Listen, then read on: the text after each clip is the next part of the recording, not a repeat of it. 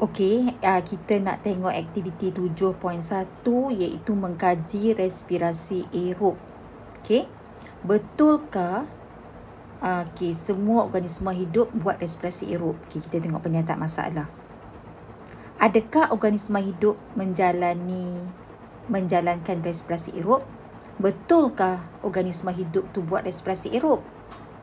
Kan, respirasi aerob adalah respirasi yang menggunakan oksigen untuk mengoksidakan glukosa bagi menghasilkan tenaga. Betul tak? Betul ke? Dalam teori kata betul. So kita nak cuba buktikan. Hipotesis. Okey. Organisma hidup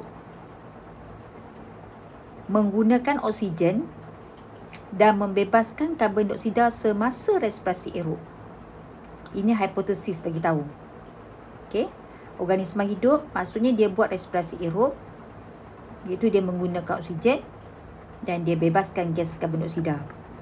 Okey, pemboleh ubah. Pemboleh ubah dimanipulasi di sini kita tulis kehadiran organisma hidup. Satu set yang kita bubuh organisma hidup, satu set lagi kita tak bubuh organisma hidup. Kosong. Pemboleh ubah yang bergerak balas, kita nak tengok peningkatan aras cecair berwarna. Mungkin awak tak faham lagi sampai step ni, nanti cikgu akan terangkan, insya-Allah boleh faham. Yang dimalarkan tu yang ditetapkan adalah aras awal cecair berwarna.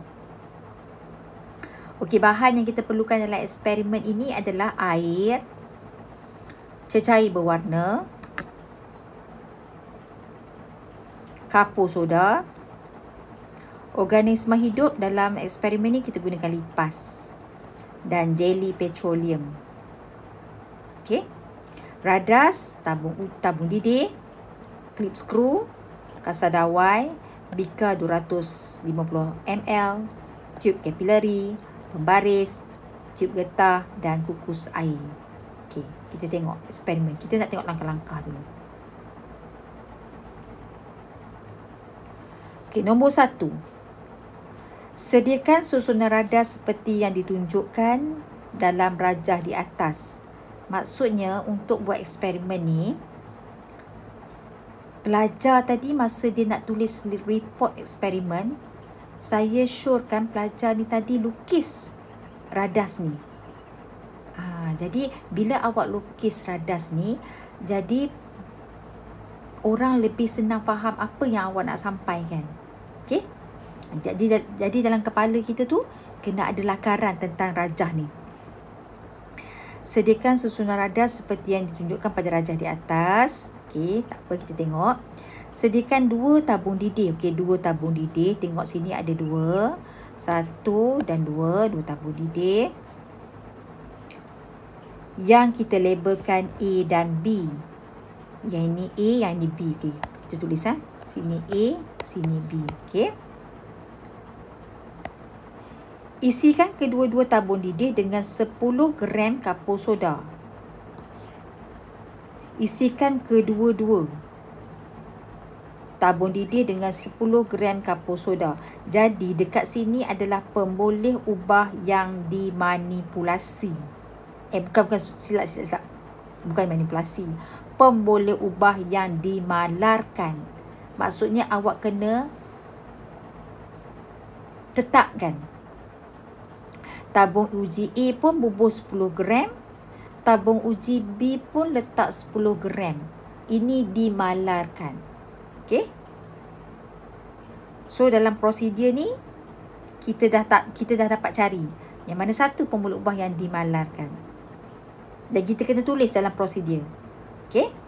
Kadang-kadang kita tak sedar. Okey? 10 gram. Ini 10 gram, ini pun 10 gram. Yang ni pun isi kapur soda, yang ni pun isi kapur soda.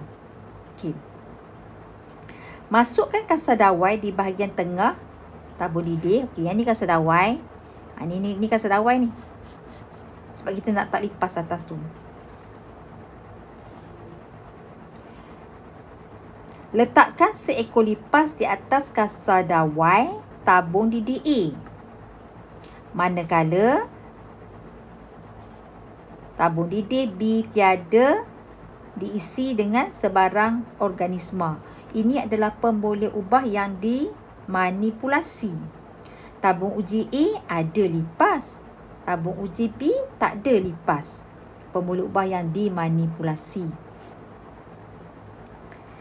Nombor 6. Sapu semua sambungan pada susunan radas dengan jeli petroleum. Ini adalah merupakan langkah berjaga-jaga. Dalam setiap eksperimen, ada setengah eksperimen, kita kena tulis langkah berjaga-jaga dia. So, ini adalah langkah berjaga-jaga. Sebab kita nak bagi sambungan tu kedap udara. Kita tak nak bagi udara luar masuk. So, kita sapu dengan jeli petroleum. Dia seolah macam sila lah nak tutup sebarang lubang-lubang. Kalau ada kebocoran tu, dia tutup dengan jeli petroleum. Nombor 7. Tutup clip skru. Ada clip skru kat sini. Tutup dulu. Tutup clip skru. Dan tandakan aras awal ketinggian cecair berwarna di dalam tube kapilari bagi kedua-dua tabung didih. Kedua-dua. Kita buat pada tabung didih A dan juga pada tabung didih B. Ini adalah pemboleh ubah yang dimalarkan. Iaitu menandakan, maksudnya kita nak samakan aras awal ketinggian cecair berwarna di dalam kedua-dua tube kapilari A dan B. Kita nak tandakan aras awal. Maksudnya yang ni lah. Yang ni. Kena sama tinggi dengan yang ni. Okay. Kena samalah. Okay. Dia punya aras ni. Okay. Ni. Kalau saya beri gini. Dia punya ni. Kena sama. Kalau situ 2 cm, sini pun 2 cm. Kalau sini 3 cm, sini pun kena 3 cm. Kena sama. Ya? Pastikan ini adalah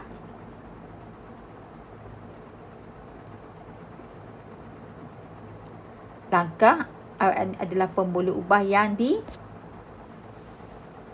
dimalarkan. Kena sama kan? Kemudian dia kata, biarkan susunan radas selama 1 jam. Bila kita dah set macam tu, kita biarkan 1 jam. Kita tengok apa yang berlaku. Yang ni kita letakkan cecair berwarna. Ni, cecair berwarna. Ini pun cecair berwarna. Okey. Nombor 9. Ukur dan rekod masa. Ukur dan rekod. Ukur dan rekod aras akhir ketinggian cecair berwarna di dalam kedua-dua tube kapilari selepas 1 jam dengan menggunakan pembaris. Kat sini dia ada tulis alat. Nak ukur pakai apa? Ukur kena pakai pembaris. Nak ukur apa? Ukur aras akhir ketinggian cecair berwarna dalam kedua-dua tube kapilari selepas 1 jam dengan menggunakan pembaris. Nampak dia macam mana kita tulis tu? Kita tulis dengan ayat yang penuh. Okey.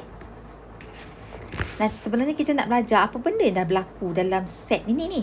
Okey, kita tengok sini. Catatkan perhatian di dalam jadual yang telah disediakan. Okey, catatkan perhatian. Okey. Kat sini lepas 1 jam, katalah kita akan dapat result macam ni. Contohnya lah nah. Ni contoh. Sebab kita pun tak buat lagi eksperimen ni. Contohnya. Katalah aras awal 3 cm. B pun sama 3 cm. So aras ini maksudnya aras yang ni. Aras awal ni. Ni kan cecair berwarna. Ni cecair berwarna.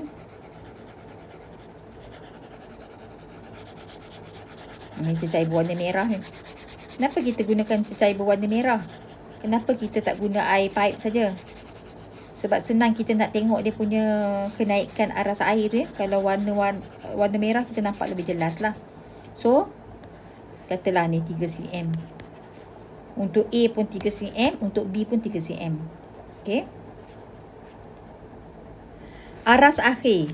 Aras akhir untuk A kita dapat last kali kita dapat 5. Untuk B masih lagi 3. Perbezaan kosong, perbezaan akhir tolak awal, 5 tolak 3, 2. Ni keputusan yang kita akan dapat. Okey? Okey, kita tengok perbincangan. Apakah tujuan penyediaan tabung uji B? Kenapa kita kena sediakan tabung uji B yang tak ada organisma ni tadi ni? Yang tak dilipas ni? Tujuan dia adalah sebagai eksperimen kawalan. Kita nak tengok kalau yang ada lipas macam mana, kalau yang tak ada lipas macam mana. Sama ke ataupun berbeza. So, dia adalah sebagai eksperimen kawalan. Okey, nombor 2. Okey, ni settle. Nombor 2. Apakah fungsi kapur soda di dalam tabung didih? Yang ni yang kita nak bincang ni. Apa fungsi kapur soda? Okay, kita tahu kapur soda fungsinya adalah untuk menyerap gas karbon dioksida. Untuk menyerap gas karbon dioksida. Okey, nombor 2. Okey, nombor 3. Nombor 3 ni yang kita nak perlukan pemahaman ni. Kita nak perlukan pemahaman. Okey, dengar betul-betul, cikgu akan terangkan. Okey, contoh ni macam ni. Saya dah lukis satu gambar rajah lain untuk awak. Ini adalah satu set A yang ada lipas. Ni ada lipas ni. Ni lipas. Okey. Cuba kita tengokkan betul-betul. Ada 2 tube kapilari kan. Satu yang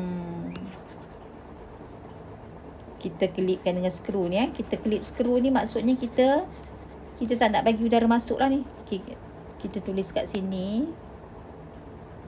Kelip skru ni. Kelip skru. Maksud memang udara tak boleh masuk lah. Memang dia kedap betul-betul lah. Okey. Okey, kita perhatikan apa yang lipas ni lakukan. Okey, kita tengok betul-betul apa yang berlaku dekat dalam tabung uji ni. Okey, tengok sini. Lipas ni organisma hidup. Dia akan menyedut oksigen dan pada masa yang sama dia akan bebaskan gas karbon dioksida. Okey, tengok sini ya. Saya buat pen color lain. Dia akan sedut oksigen dan pada masa yang sama dia akan bebaskan gas karbon dioksida. Betul tak? Okey. Tapi gas karbon dioksida yang lipas ni hasilkan akan diserap oleh kapur soda. Setiap kali lipas ni hasilkan gas karbon dioksida, ianya akan diserap oleh kapur soda. Setiap kali dia hasilkan gas karbon dioksida ni akan diserap oleh kapur soda.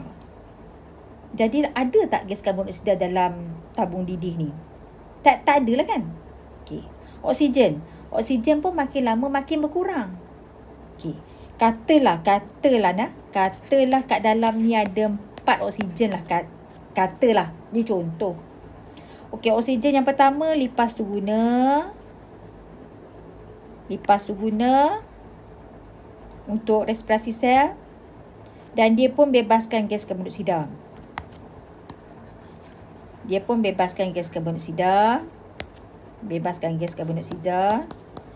dioksida yang dibebaskan ni akan diserap pula oleh kapur soda.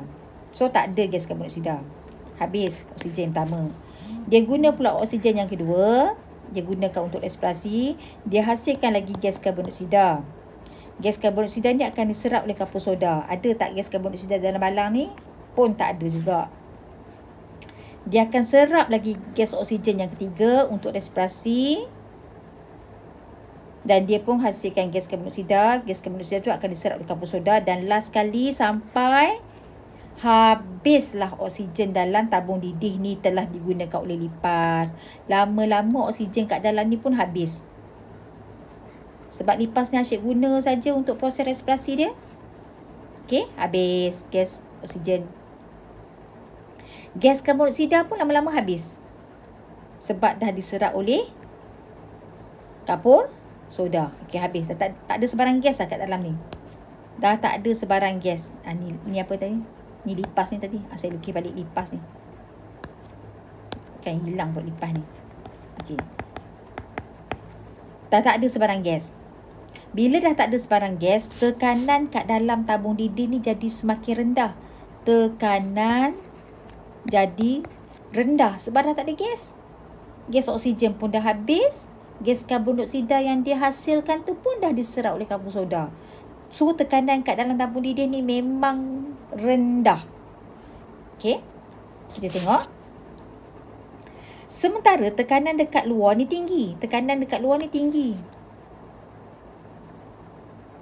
Tekanan tinggi, tekanan rendah. Sangat rendah. Apa yang berlaku? Tekanan atmosfera yang tinggi dekat luar tadi akan menolak. Tekanan atmosfera yang tinggi dekat atmosfera ni, yang tinggi tadi, akan menolak cecair ni. Dia akan tolak macam ni. Tekanan yang tinggi ni dia akan tolak cecair ni. Dia akan bagi pressure pada cecair yang berwarna merah kat dalam beaker ni. Sebab pressure kat luar tinggi. Bila pressure kat luar yang tinggi, dia akan kenakan tekanan pada air dalam beaker ni. So, air dalam beaker ni bila pressure dia akan tolak ke atas. Nampak? Sebab itulah aras air ni akan menaik. Ni aras awal, ni aras akhir. Ni aras akhir, ni aras awal. Lama kelamaan cecair warna merah ni pun akan meningkat. Awalnya 3, bila dah akhir dah jadi 5. So, kenaikan ni adalah sebanyak 2 cm. Puncanya sebab tekanan kat dalam tabung didih tu dah jadi rendah. Sebab tak ada gas. Jadi tekanan dekat luar tinggi. Tekanan dekat luar yang tinggi tu akan tolak air dalam beaker ni supaya dia tolak. Bila tolak, aras dalam tube kapilari tu akan meningkat lah. Okay? Sebab itulah tabung uji A ni ada peningkatan aras akhir. Kalau kita tengok pada tabung uji B pula, tabung uji B tak ada organisma. Tabung uji B tak ada, kosong. Bila tak ada organisma, tak berlakunya sebarang respirasi. Jadi adakah akan berlakunya perbezaan tekanan dalam tabung didih dengan dekat luar? Tak ada perbezaan. Bila tak ada perbezaan, tak adalah berlaku peningkatan aras. Cikgu harap awak jelas sangat yang ni. Ini sangat penting. Konsep ni sangat penting. Okay? Lepas ni, boleh fikir pelan-pelan. Mungkin cikgu terangkan ni agak laju. Tapi lepas ni awak tengok balik semula. Cuba fahamkan apa yang saya nak sampaikan. Okay? Itu dia. Okay, kita tengok nombor 3. Adakah berlaku sebarang perubahan?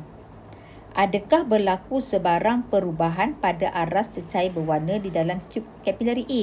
Ya. Jawapan dia ya. Sebab yang tadilah. Sebab tekanan udara. Okey, saya ulang. Sebab tekanan udara dalam tabung uji A semakin rendah. Bukan semakin rendah lah. Tekanan udara dalam tabung uji A rendah berbanding tekanan udara dalam beaker yang ada cecair berwarna. Okey? Ini menyebabkan tekanan atmosfera yang tinggi di luar akan menolak air naik ke dalam tube kapilari. Okay, saya ulang lagi sekali. Sebabnya pertama sekali, sebab perbezaan tekanan. Aras air ni naik sebab perbezaan tekanan. Sebab tekanan udara dalam A, beaker A adalah rendah berbanding di luar. Jadi tekanan luar yang tinggi, tekanan udara di luar yang tinggi akan menolak cecair berwarna naik dalam tube kapilari. Okey, yang itu yang saya boleh terangkan. Kesimpulan, adakah hipotesis diterima? Ya. Tulis itu ya. Cadangkan satu hipotesis lain. Salin semula hipotesis. Salin hipotesis. Okey. Jadinya untuk eksperimen 7.1, cikgu nak awak salin dalam buku laporan eksperimen. Tolong salin sebagai laporan eksperimen. Okey. Ini langkah berjaga-jaga. Sapu semua sambungan dengan jeli petroleum. Jeli petroleum ni macam Vaseline tu. Dia macam Vaseline yang dijual kat kedai tu. Tu jeli petroleum lah. Untuk memastikan radas yang disediakan adalah kedap udara. Sebab kita tak nak bagi ada sebarang kebocoran udara. Kita nak betul-betul kedap.